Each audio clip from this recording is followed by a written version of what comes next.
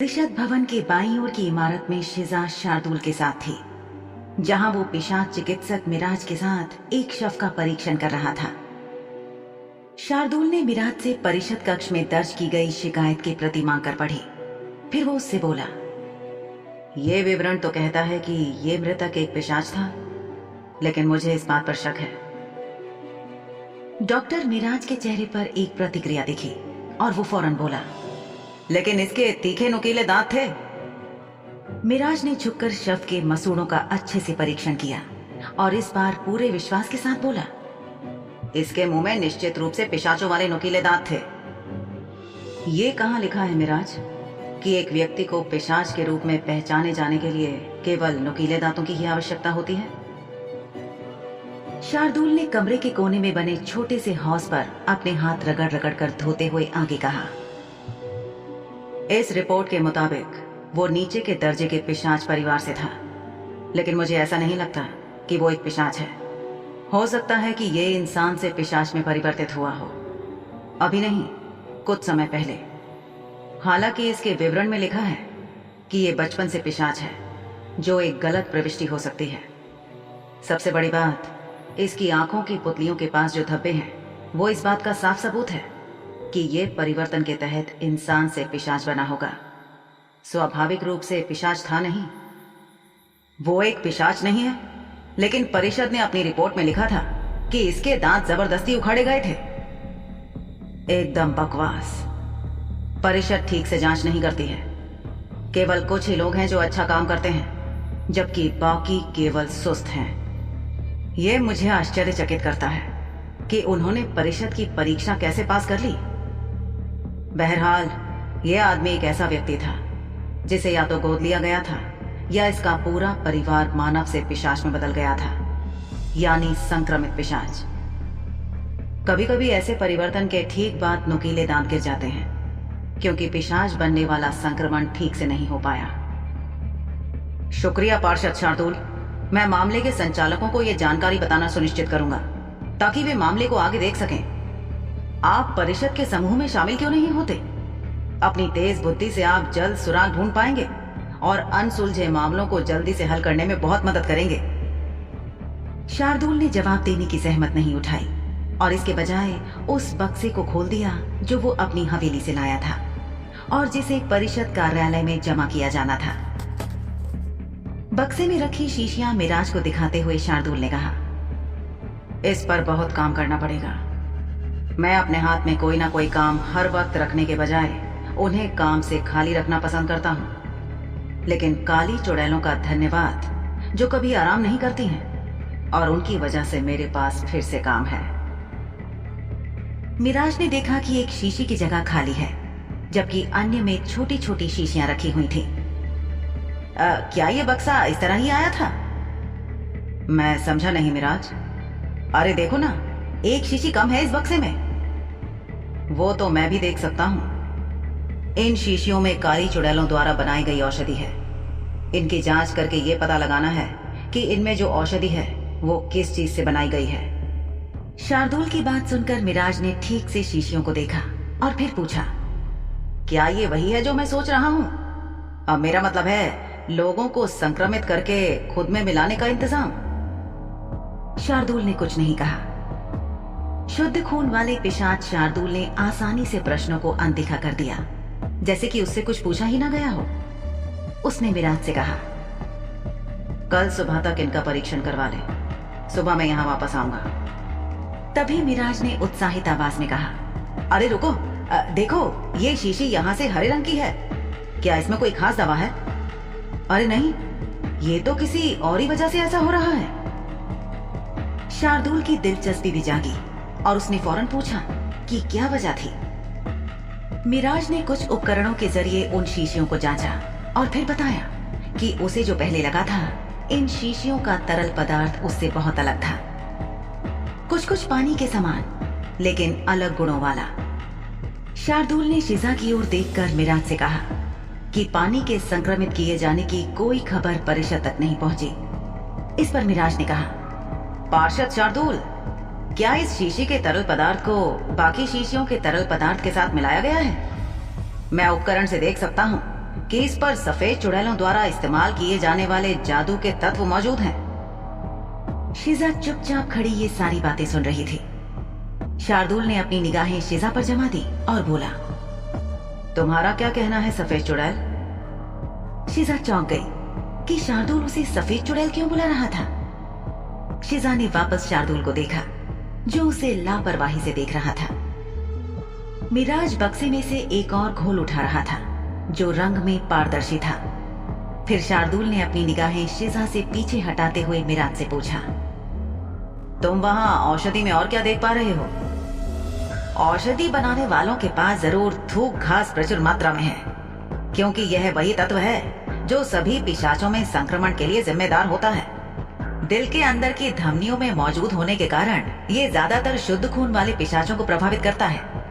लेकिन यहाँ इस शीशी में जो है वो एक सफेद चुड़ैल के खून जैसा है। मैं उत्सुक हूँ कि ये बोतल आपके हाथ में कैसे आई? शार्दुल ने इस बात का जवाब नहीं दिया। उसकी आंखें मेज पर पड़े मृत शरीर को गौर से देख रही थी। डॉक्टर मिराज ने कहना जारी रखा, परिषद को आज शाम ही एक दिलचस्प अंश मिला, क्या आप एक बार देखना चाहेंगे? शार्दुल ने उस पिशाच को चलने का संकेत दिया, लेकिन मिराज ने चलना शुरू नहीं किया। यहाँ कमरे में उनके साथ मौजूद लड़की यानी शिजा को मिराज किसी घुसपैठिए प्राणी से कम नहीं मान रहा था और इस बात से वो खुश नहीं था। मिराज की निगाहों को देखकर शार्दुल ने कहा, निश्चिंत रहो मिराज, वो मेरे साथ है। डॉक्टर पिशाच ने उन्हें कमरे से बाहर निकाल दिया। अपने हाथ में लालटेन लेकर कमरे को पहले बंद किया, फिर उसने आगे चलना शुरू कर दिया और शार्दुल उसके पीछे चलने लगा। शिजा सबसे पीछे चल रही थी।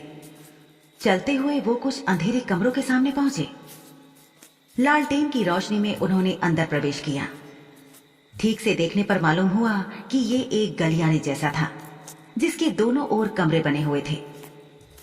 हर कमरे में एक व्यक्ति था और यहाँ का वातावरण गुलाम खाने से कुछ कम महसूस नहीं हो रहा था।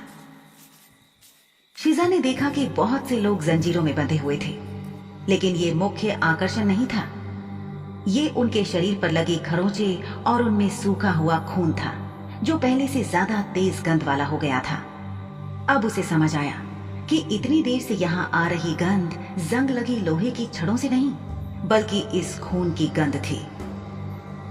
मिराज उन्हें एक और भूमिगत मार्ग तक ले गया जो धातु से बने भूरे रंग के दरवाजे तक पहुंचा। पिशाच डॉक्टर ने अपने कोट में से चाबियों का एक गुच्छा बाहर निकाला और दरवाजे का ताला खोला। इस वक्त इमारत का यह हिस्सा बहुत शांत था और यहाँ कोई आगंतुक नहीं था, क्योंकि अब रात का समय था। कैद लोग दिन भर मार खाने और पार्षदों द्वारा दी गई यातनाओं के बाद बहुत थक चुके थे और उनमें बात करने या आपस में लड़ने झगड़ने की शक्ति नहीं बची थी। जो आवाजें सबसे ज्यादा साफ सुनी जा सकती थीं, वो कैदियों की बड़बड़ाहट और कराहने की आवाजें थीं। पर इन सब के बावजूद भी यहाँ काफी शांति थी। शिजा सोचने लगी कि इस तरह के दरवाजे पार क्या है। कमरे में प्रवेश करने के बाद उसे अपने सवालों के जवाब मिल गए। अंदर कदम रखते ही बदबू से परेशान होकर उसे अपनी नाक ढकनी पड़ी। बमुश्किल आंखें खोलकर उसने देखा कि सामने कांच के बड़े बड़े बेलनाकार जार थे।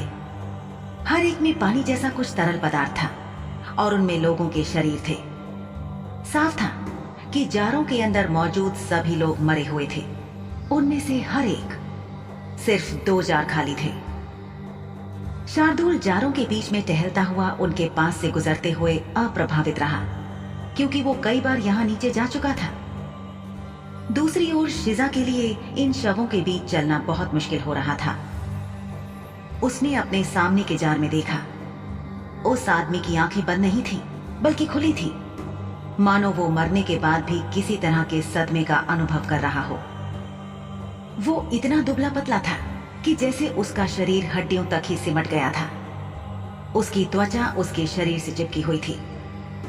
शिजा को यकीन नहीं था कि क्यों, लेकिन इस आदमी के बारे में कुछ ऐसा था जिसने उसे अपनी ओर आकर्षित किया। क्या ये उसकी भूतिया आंखें थीं या उसका अजीब तरह से सिकुड़ा हुआ शरीर था? वो तय नहीं कर पा रही थी कि क्या बात थी, लेकिन इस आदमी के बारे में निश्चित रूप से कुछ तो था जो उसे व्यथित कर रहा था। मिराज और शार्दुल बात करते करते थोड़ा सा आगे निकल गए, जबकि शिजा उनसे थोड़ा पीछे रह गई।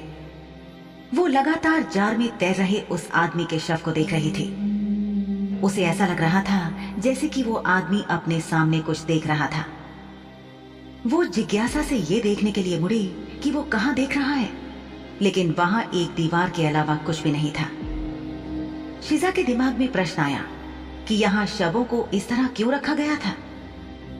ये जगह किसी कब्रिस्तान से कम नहीं थी। फर्क सिर्फ इतना है कि कब्रिस्तान में मृत लोगों को जमीन के अंदर दफनाया जाता था और यहीं पर शव पानी में तैर रहे थे। शिजा को शक था कि ये पानी है, क्योंकि शिजा को बुनियादी समझ थी कि पानी में शव बहुत जल्दी सड़ जाते हैं। एक कदम आगे बढ़ते हुए उसने अपना हाथ बेलनाकार जार पर रखा। अब वो उस व्यक्ति को और पास से देख रही थी कि तभी अचानक उसे ऐसा लगा कि उस आदमी की आंखें घूमी और शिजा को देखने लगी। शिजा घबराकर एक झटके से पीछे हट गई। उसने अपना हाथ जल्दी से जार से हटाया और उसकी सांसें बहुत तेज चलने लगी। शार्दुल उससे दूर जरूर था, लेकिन उसके कान अपने आसपास के माहौल पर ही लगे थे। उसने सदमे से तेज हुई शिजा की सांसों को फौरन सुन लिया। शिजा ने फिर से उस आदमी की ओर देखा, लेकिन अब ऐसा लग रहा था कि उसने अपनी आंखें बिल्कुल नहीं घुमाई थीं। चिंतित शिजा सोच रही थी कि क्या उसने इस बात की कल्पना की थी या वास्तव में ऐसा हुआ था, लेकिन उसे यकीन था कि ऐसा हुआ है, जिस वजह से वो ज्यादा सावधान हो गई। उसकी आंखें अब जारों के अंदर तरल में तैर रहे सभी शवों पर ध्यान दे रही थी। जब शार्दुल मिराज के साथ वापस आया, शिजा ने उसी शव की तरफ इशारा करके पूछा, वो कौन है? जवाब मिराज ने दिया कि जार में बंद शव एक विक्षिप्त पिशाच का शव था। शिजा ने फौरन पूछा, विक्षिप्त पिशाच? ये इंसान से पिशाच में बदला व्यक्ति था, जिसका शरीर बुरी तरह से संक्रमित हो गया था।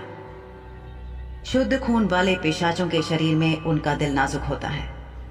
दिल की अंदरूनी धमनियों में संक्रमण फैलना उनके लिए घातक होता है। वहीं अगर कोई इंसान अपनी सामान्य अवस्था से किसी जादुई दवा के असर से पिशाच में बदलने की कोशिश कर रहा है और उसका संक्रमण सकारात्मक की जगह नकारात्मक हो जाता है, तो संभावना है कि वे भ्रष्ट हो जाते हैं, यानी गलत संक्रमण होने से पागल हो जाते हैं, मर भी जाते हैं। मुझे लगा था कि ऐसा संक्रमण सिर्फ पिशाचों को ही होता है। ऐसा ही है। समस्या केवल तभी उत्पन्न होती है जब कोई मानव निम्न स्तर के नस्ल पिशाच में बदलने का निर्णय लेता है या उसे मजबूर किया जाता है। एक पिशाच के काटने से असर मददगार या उल्टा हो सकता है, जिससे शरीर बदलना या खराब होना शुरू हो जाता है। यह आदमी श्यामला की भूमि में पाए जाने वाले कुछ परीक्षण विषयों में से एक था। उसकी विशेषताएं इतनी अनूठी हैं कि मिराज ने उसे अपने संग्रह में जोड़ने का फैसला ले लिया। मिराज पहले घबराया और फिर शार्दुल की ओर देखकर हंसा। उसने फौरन बात स्पष्ट की कि ये उसका संग्रह नहीं था, बल्कि वे शव थे जिनके साथ कुछ खास परिस्थितियां जुड़ी थीं और उनका परीक्षण होना जरूरी था। काउंसिल की प्रयोगशाला को इस तरह से बनाकर सौंपा गया था कि सालों से मिराज ही सारा काम संभाल रहा था। उसके सामने 3 परिषद प्रमुख बदल चुके थे।